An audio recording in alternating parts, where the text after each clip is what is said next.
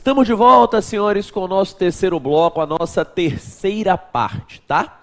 Seguindo aí com as características. Segunda característica dos direitos da personalidade, eles são absolutos. Professor, como assim absoluto? Você no bloco anterior me mostrou que o próprio Código Civil, ele indica que os direitos da personalidade, as suas características, elas admitem exceções. E você há pouco me disse, então, que eram relativas. Como é que agora você me diz que os direitos da personalidade são absolutos? Olha só, é absoluto no sentido de que terá uma oponibilidade erga omnes, contra todos. Então, absoluto no sentido da oponibilidade erga omnes, é absoluto no sentido da oponibilidade contra todos. Todos haverão de respeitar a minha personalidade, como eu haverei de respeitar a personalidade de cada um de vocês. Beleza. Aqui, inclusive, que se coloca a questão da lei anti-bullying, né, que tecnicamente se chama de lei de combate à intimidação sistemática. Terceira característica dos direitos da personalidade. Os direitos da personalidade são imprescritíveis. O que é que significa ser imprescritível? Ser imprescritível significa que a ausência do exercício não gerará a sua perda. A ausência do exercício, eu dizia, não vai gerar perda, eles são imprescritíveis. Beleza? O fato de eu não me utilizar da minha imagem como se utilizam atores globais, não quer significar que um dia eu vá perder o meu direito à imagem. Não, porque o direito da personalidade, ele é imprescritível. Aqui você tem que tomar cuidado com uma coisinha para que você não erre em prova. Veja, o que é imprescritível é o direito da personalidade. Entretanto, se houver lesão ao direito da personalidade,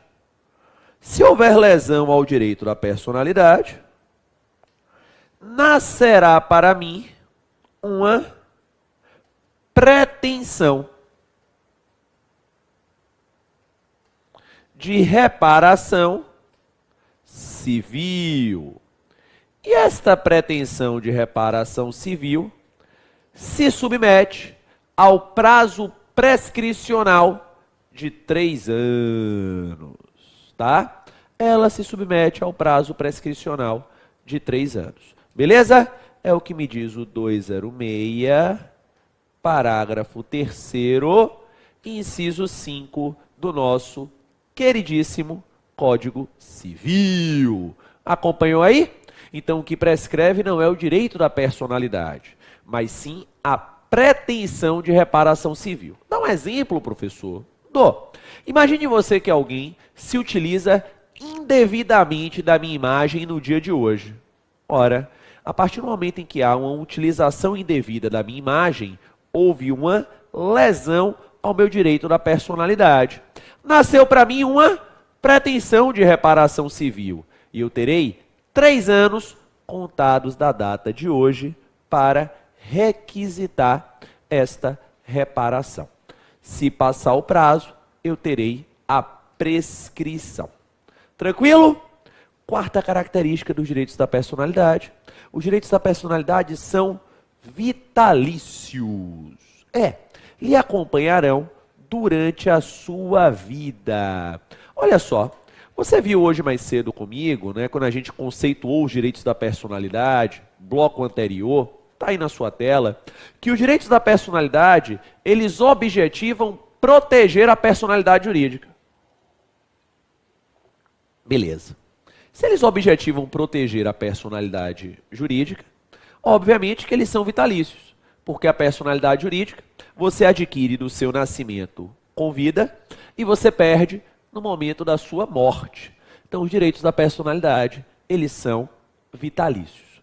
Mas, professor, eu me lembro de ter estudado alguma coisa relacionada a este tema envolvendo o morto. Você tem razão. Puxa uma observaçãozinha aí. O nome da observação é lesão indireta. Lesão indireta que a sua prova pode chamar também de ricochete, reflexa ou oblíqua. Então, lesão indireta, que a tua prova pode chamar também de ricochete, reflexa ou oblíqua. O que é isso? O que é a lesão indireta?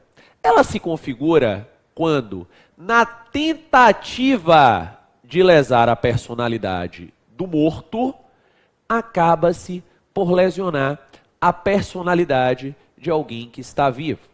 Então, na tentativa de lesar a personalidade do morto, eu dizia, acaba-se por lesionar a personalidade de alguém que está vivo. É aqui que eu tenho a lesão indireta, reflexa, oblíqua, ricochete. Olha o exemplo. Imagine que meu pai já faleceu e alguém publica hoje em um jornal de grande circulação aqui em Salvador uma reportagem trazendo uma série de inverdades em relação a meu pai.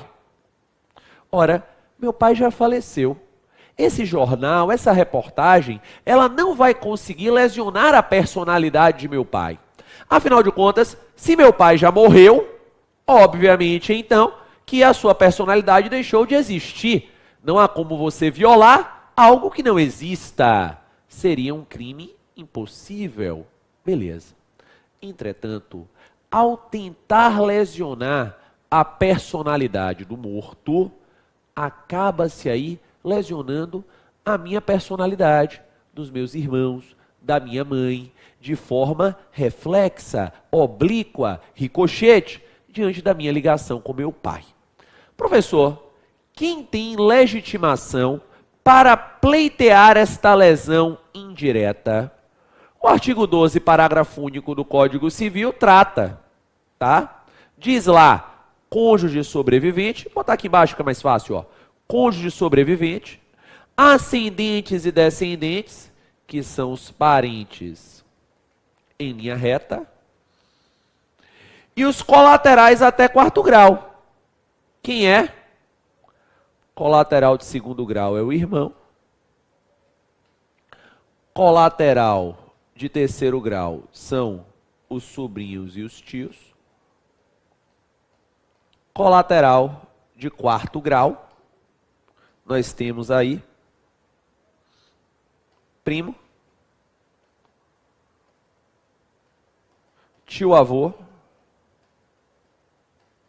e sobrinho neto. Pronto. Então, quem pode pleitear a lesão indireta está aí. Cônjuge sobrevivente, parentes em linha reta, que são os ascendentes e descendentes, e os colaterais até quarto grau. Beleza. Toma cuidado com a pegadinha. Qual é a pegadinha, professor? A pegadinha é que a sua prova, ela pode pleitear, perguntar, melhor dizendo, sobre lesão indireta relacionada à imagem. E se a lesão indireta for relacionada à imagem, o rol de legitimados é diferente. Então veja só, para a sua prova, o rol de legitimados do artigo 12, parágrafo único, é uma regra geral. Cônjuge sobrevivente, parentes em linha reta e colaterais até quarto grau. Entretanto, se a tua prova cobrar lesão à imagem, aí, meu amigo, o rol é mais restrito. Você vai aplicar o rol do artigo 20, parágrafo único. Temos lá cônjuge, ascendentes e descendentes. Ascendentes e descendentes, você já sabe, são os parentes em linha reta. Então temos lá cônjuge, ascendente e descendente, que são os parentes em linha reta. Estamos aí sem os colaterais até quarto grau. Beleza? Na hora da prova é fácil então, né? Você lê a questão de lesão indireta e verifica se o seu arguidor, a sua prova, está cobrando sobre imagem, quando você aplica o rol do artigo 20, cônjuge e parentes em linha reta. Caso não seja imagem, você aplica lá o rol da regra geral, cônjuge, parentes em linha reta e os colaterais até quarto grau. Beleza? Ok? Professor, dá um exemplo de lesão indireta. Lhe dou. Um exemplo talvez mais famoso do país sobre esse assunto é o caso Garrincha, RESP 521697 do Rio de Janeiro, tá?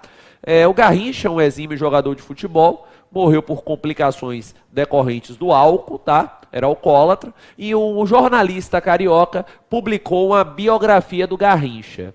À época, ainda se falava em biografias não autorizadas, tá? Então era lá uma biografia não autorizada do Garrincha. Beleza.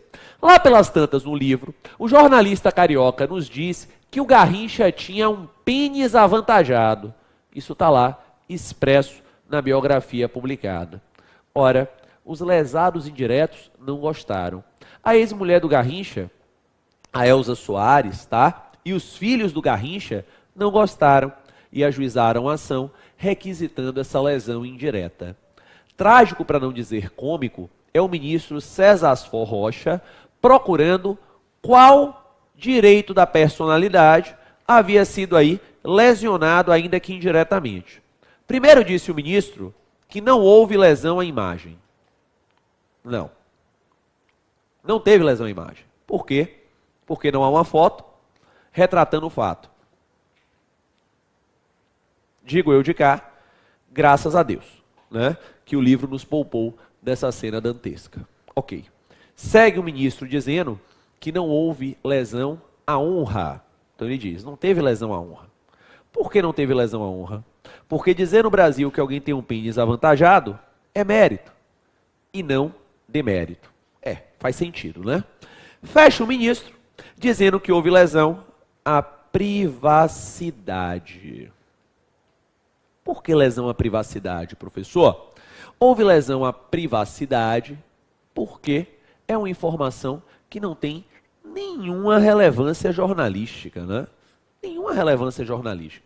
E como não tem nenhuma relevância jornalística, não tinha porquê essa informação da intimidade, da privacidade do Garrincha estar veiculada aí em um jornal de grande circulação. Um jornal não, em uma biografia que vai ter grande circulação. Beleza? Dito isso, vou para a classificação dos direitos da personalidade dentro do Código Civil. Como é que o legislador civilista classifica os direitos da personalidade? A primeira classificação que é feita diz respeito ao pilar da integridade física. Nós temos aqui tutela do corpo vivo, tutela do corpo morto e autonomia do paciente. Tutela do corpo vivo, tutela do corpo morto e autonomia do paciente. Beleza. Ao lado disso, o legislador trabalha com o pilar da integridade psíquica ou moral. E aqui eu tenho imagem, aqui eu tenho privacidade e aqui eu tenho nome. Imagem, privacidade e nome. Pois bem, a primeira dúvida que surge ao verificarmos esta situação aí na tela é a seguinte: professor, este rol, ele é taxativo ou ele é exemplificativo? Ele é exemplificativo, tá? É possível verificarmos outros direitos da personalidade protegidos em outras legislações esparsas.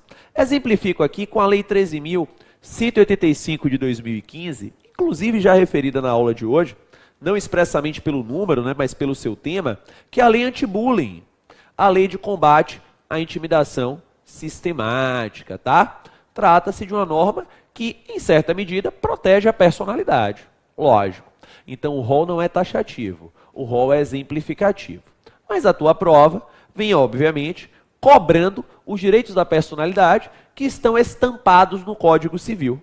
E aí a gente começa com a tutela do corpo vivo, Código Civil, artigo 13, dentro do pilar da integridade física, né? O pilar da integridade física, que obviamente protege a incolumidade física, a integridade física do sujeito, não é verdade? Então vai proteger a incolumidade física, a integridade física, eu dizia, do sujeito, tá? Vai proteger ali o chamado dano estético. E eu vou começar com o corpo vivo, artigo 13 do Código Civil. E o que é que me diz o artigo 13? Olha lá. Salvo por exigência médica, é defeso o ato de disposição do próprio corpo quando importar diminuição permanente da integridade física ou contrariar aos bons costumes. Beleza. Primeira dúvida que muita gente me pergunta é, Luciano, o que é que significa defeso? Realmente é uma expressão, o Código Civil usa muito. Português meio arcaico, não vejo por que está aí ainda, né? O Código é de 2002. No Código 16 a gente até entendia ter expressão arcaica, né? Era de 1916. Mas de 2002 não faz muito sentido. Defeso significa proibido. Então, em bom português, salvo por exigência médica, é proibido o ato de disposição do próprio corpo quando importar diminuição permanente da integridade física ou contrariar aos bons costumes. Beleza? É o que diz lá o artigo 13 do nosso Código Civil. Então, regra geral, você não pode diminuir a integridade do seu próprio corpo, salvo exigência médica. E o que é que eu devo entender por exigência médica? Exigência médica abrange as urgências, as emergências. Então, por exemplo, ano passado eu fiz uma retirada de apêndice, tive uma apendicite. Era uma urgência, eu tinha que tirar, né? Aliás, se avançasse, eu podia até ir a óbito, na verdade. Então, é uma cirurgia boba, mas tem que ser feita, ok? Então, trata-se aí de uma exigência médica. Sujeito que tira a vesícula porque tem pedra na vesícula e assim por diante. Mas essas exigências médicas, além dessas urgências, além destas emergências, elas também abraçam o transplante de órgãos em vida. É o que diz o parágrafo único do artigo 13, tá? Então, se entende como exigência médica também o transplante de órgãos. Nessa linha de pensamento, inclusive, a Lei 9434 de 97, que é a Lei de Transplantes, regula acerca deste tema, regula acerca deste assunto, transplante de órgãos em vida. Você tem que doar órgão dúplice e regenerável, né? Claro. A ideia é que você entre vivo na doação de órgãos e saia vivo de lá, tá? Então, você há de doar órgão dúplice e regenerável. Obviamente, além de doar órgão dúplice e regenerável, a doação é gratuita. Você não pode vender órgãos no Brasil, não dá. Ah, Luciano, estou meio apertado, vou vender um rim, né? Não dá para fazer isso no Brasil. E aqui no transplante em vida, você pode escolher o receptor, que será preferencialmente alguém da sua família. Beleza. Então, você verifica aqui neste cenário, nesta situação, a possibilidade de redução permanente do seu corpo, a retirada de um rim, por uma exigência médica, que é para fins de transplante. Então, posso entender a exigência médica como urgências, emergências. Posso entender a exigência médica para fins de transplante de órgãos, tá? Como também posso entender a exigência médica questões psíquicas. Assim vem entendendo a doutrina. Por exemplo, o sujeito a cidadã, melhor dizendo, que faz uma redução de mama, porque não convive bem com seus seios muito volumosos, né? Ou ainda o sujeito que faz uma lipoaspiração, não vive bem com sua barriga que não é de tanquinho, e assim por diante. Veja que redução de mama, lipoaspiração, são reduções permanentes em tese.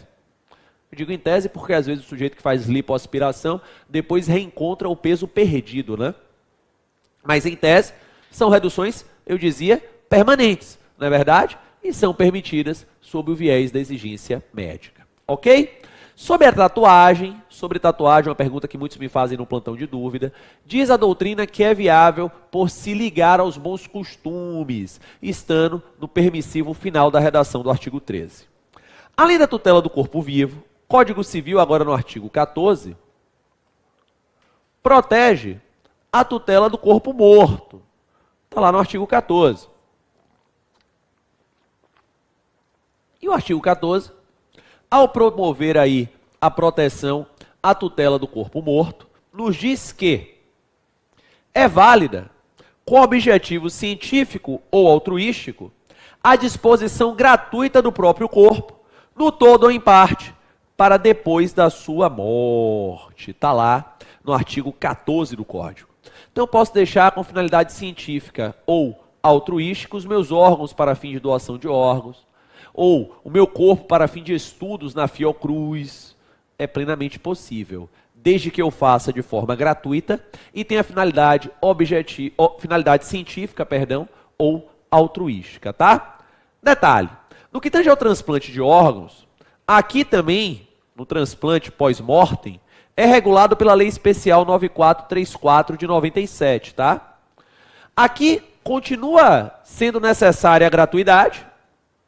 Repito, não dá para vender órgãos no Brasil, tá? Então continua sendo necessária a gratuidade aqui, impõe-se aqui a gratuidade, beleza? Além de se impor a gratuidade aqui, meus amigos, você aqui não tem mais limite de órgão dúplice ou regenerável, tá? Não há mais essa limitação do órgão dúplice ou regenerável aqui, ok? Então aqui, para onde você não vai mais precisar de órgão nenhum, não é isso? Então você pode doar todo o seu corpo. E aqui você não pode escolher o receptor da doação de órgãos. Vai lá para a fila organizada pelo SUS, organizada pelo governo federal, segundo prioridades, urgências, anterioridade. Existem aí critérios instituídos. Beleza? Meus amigos, o ato de disposição do próprio corpo ou de parte dele para após a morte é um ato livremente revogável, tá? Livremente revogável a qualquer tempo. Então ele pode ser revogado a qualquer tempo. Beleza? Então hoje eu posso me declarar doador de órgãos, amanhã mudar de ideia, me declarar como não doador, depois de amanhã me declarar como doador de novo, não tem problema nenhum. Uma pergunta que muitos me fazem é: professor, na minha cabeça eu achava que quem decidia se os órgãos do falecido seriam ou não doados seriam os familiares. Olha só, novamente, a lei de transplantes, que é a lei especial, ela apenas chama os familiares a se manifestarem caso o próprio falecido, antes de morrer, ou via testamento, não tenha manifestado a sua vontade. Então, prioritariamente, valerá a vontade do morto. Se ele silenciou, se ele não manifestou a vontade, aí, meu amigo, neste caso, neste cenário, você então guiará aí pela vontade dos parentes. Ainda na integridade física, último item é a autonomia do paciente, artigo 15. Último item, a autonomia do paciente, eu dizia, artigo 15 do nosso Código Civil. Autonomia do paciente, que alguns autores preferem chamar de livre consentimento informado. Então, autonomia do paciente ou livre consentimento informado. Diz o artigo 15, ninguém pode ser constrangido, entenda como constrangido, obrigado a submeter-se com risco de vida a tratamento médico ou a intervenção cirúrgica. Então ninguém pode ser constrangido, leia-se obrigado, a submeter-se com risco de vida a tratamento médico ou a intervenção cirúrgica. É o que diz o artigo 15 do Código. Você pode ponderar em casa, mas Luciano, perceba, diariamente inúmeras pessoas fazem vários procedimentos que em certa medida geram risco de vida. Até procedimentos com risco de vida razoável, né? Cirurgias de grande porte, etc. Porque precisam fazer esse tipo de procedimento. Bom, e aí, Luciano, como é que faz? A lei proíbe que você seja obrigado. A proibição é que você seja obrigado. Para que você faça cirurgia, portanto, basta que seja realizado o famoso termo de consentimento informado. Termo de consentimento informado. O que é o termo de consentimento informado, professor? Vamos lá. O médico, o profissional da medicina, ele tem o dever de informação, né? Então você vai lá fazer um procedimento qualquer, o médico tem o dever de lhe informar acerca daquele procedimento, tá bom? É o dever dele, tem dever de informação. Dizer para o paciente quais são os riscos, qual é o prazo de melhora, como é o procedimento, esclarecer todas as dúvidas. E aí depois da informação, o paciente com autonomia vai consentir. Então o paciente, eu dizia, com autonomia vai consentir. E é aqui que entra o consentimento informado, tá? E aí você assina um termo lá, o termo geralmente narra as informações que o médico lhe deu, etc. Pois bem, feito isso, você pode se submeter lá à sua cirurgia, ao seu tratamento médico, até mesmo com risco de vida, porque você teve essa informação e consentiu. E às vezes não tinha muito para onde correr, né? Você precisava fazer aquele tratamento, você precisava fazer aquela intervenção. Ok? Uma dúvida que me perguntam muito é sobre aqueles chamados hard cases, né? Os casos duros, os casos difíceis. A situação do sujeito que chega desacordado em uma emergência médica, tomou um tiro. E aí, como é que faz? O médico tem que operar para tentar manter a vida, o sujeito está desacordado, não tem como consentir. Veja, nas situações ditas emergenciais, a maioria da doutrina, posicionamento majoritário, a maioria da doutrina vem trabalhando com a necessidade de intervenção. Então, deve intervir, porque na ponderação de interesses, na balança de interesses entre manutenção da vida e busca do consentimento, devemos sempre preponderar, diz a maioria da doutrina, a manutenção da vida. O mesmo vale para aquelas intervenções necessárias nas quais o cidadão, por alguma convicção ideológica, religiosa, não aceita receber uma transfusão sanguínea, ou ser entubado, ou algo desse tipo. O posicionamento majoritário vem entendendo que, se aquele procedimento é necessário para a manutenção da vida, e não há ali uma doença terminal, é de fato uma patologia que pode ser revertida, então o médico deve intervir para que ele gere a promoção da vida, tá? Claro que temos posicionamentos aí importantíssimos em sentido contrário na doutrina, tá? Mas esses posicionamentos minoritários não tendem a pintar em sua prova. Na verdade, eu particularmente penso que se cair na prova vai cair a redação do artigo. Não deve cair o hard case, porque o hard case seguramente seria objeto de inúmeros recursos e debates. Integridade física já foi. Avanço a integridade psíquica ou moral e começo com a imagem. Imagem. E eu lhe pergunto, o que é a imagem? A imagem são as características identificadoras de alguém. Imagem, eu dizia, são as características identificadoras de alguém. A doutrina nos informa que essa imagem, portanto, ela se subdivide em imagem retrato, imagem atributo e imagem voz. Imagem retrato, imagem atributo e imagem voz. É aí que você tem as características identificadoras do sujeito. Eu vou começar com a imagem retrato, tá? A imagem retrato é o pôster, é a fotografia do cidadão. Se você estivesse aí, sem nenhum áudio, olhando para a tela e me vendo, você estaria apenas diante da minha imagem retrato. Eu sei que não é lá grande coisa, é a que Deus me deu, a gente tenta dar um tapa no visu, né? Tenta dar uma melhorada, mas essa é a minha imagem retrato. Imagem retrato que gera comentários do tipo, fulano de tal ou fulana é lindo, é linda, cicrano ou cicrana é horroroso. Você está aqui trabalhando com imagem retrato, característica física, o pôster, a fisionomia do sujeito. Mas além da imagem retrato, olha lá, nós temos a imagem atributo. A imagem atributo é o qualitativo social. Imagem atributo é o qualitativo social. Beleza? Então, imagem atributo diz respeito à reputação do cidadão perante a sociedade. Cicrano é um cara bacana, honesto, probo, leal. Fulano não vale nada. O primeiro tem imagem atributo positiva, o segundo tem imagem atributo negativa. Vejam que imagem retrato e imagem atributo estão dissociados, né? É possível que alguém seja lindo e não tenha valor algum. Não vale a nada. Como é possível que alguém não seja tão bonito assim e tenha uma cultura geral muito bacana, seja um cara probo, honesto, etc. e acabe tendo ali uma imagem atributo sensacional. Então, são conceitos diversos. Temos ainda para compor a imagem voz, que é o timbre sonoro identificador. Algumas vozes bem marcantes no Brasil, né? O Cid Moreira, o Lombardi, são vozes marcantes. Imagem, retrato, atributo e voz se somam e resultam na imagem, as características identificadoras do sujeito. E aonde está regulado o direito à imagem? Como é seu tratamento no Código Civil?